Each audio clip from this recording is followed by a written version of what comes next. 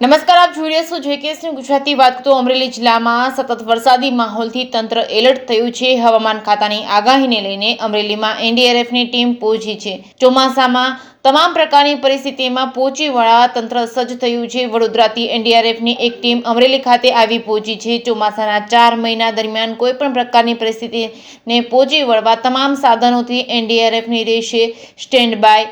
જેકેએસની ગુજરાતી સાથે જૈનિક સોજીદ્રા, અમરેલી. मैं inspector Sagarmal कुबेरी 6 NDRF Baroda.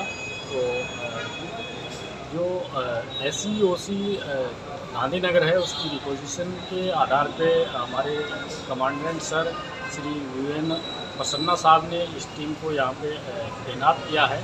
तो ये जो आने वाला मानसून सीज़न है इसके दौरान प्रिकॉशनरी तौर पे यहाँ पे तैनात किया गया है। कहीं पे भी पानी का भराव होता है या बाढ़ जैसी स्थिति उत्पन्न होती है तो ऐसी स्थिति में जाके रेस्क्यू करने के लिए इस टीम को यहाँ पे भेजा गया है। इसमें 30 रेस्क्यूअर्स हैं और साथ में हमारे पास में बाढ़ से निपटने के लिए जो साजो सामान और इक्विपमेंट्स की ज़रूरत पड़ती है वो लेके सको। અને મોન્સૂનની જે અત્યારે કામગીરી થઈ રહી છે તેના એક ભાગરૂપે આગલા 4 મહિના સુધી જે મોન્સૂન રહેવાનું છે એમાં કોઈ અનિચ્છનીય ઘટનાઓ ન બને અથવા તો કોઈ પણ પ્રકારની જાનહાનિ ન થાય એના એક ભાગરૂપે પ્રી ડિઝાસ્ટર પ્લાનના રૂપે આપણે એનડીઆરએફની ટીમ આપણા અમરેલી ખાતે આવેલી છે।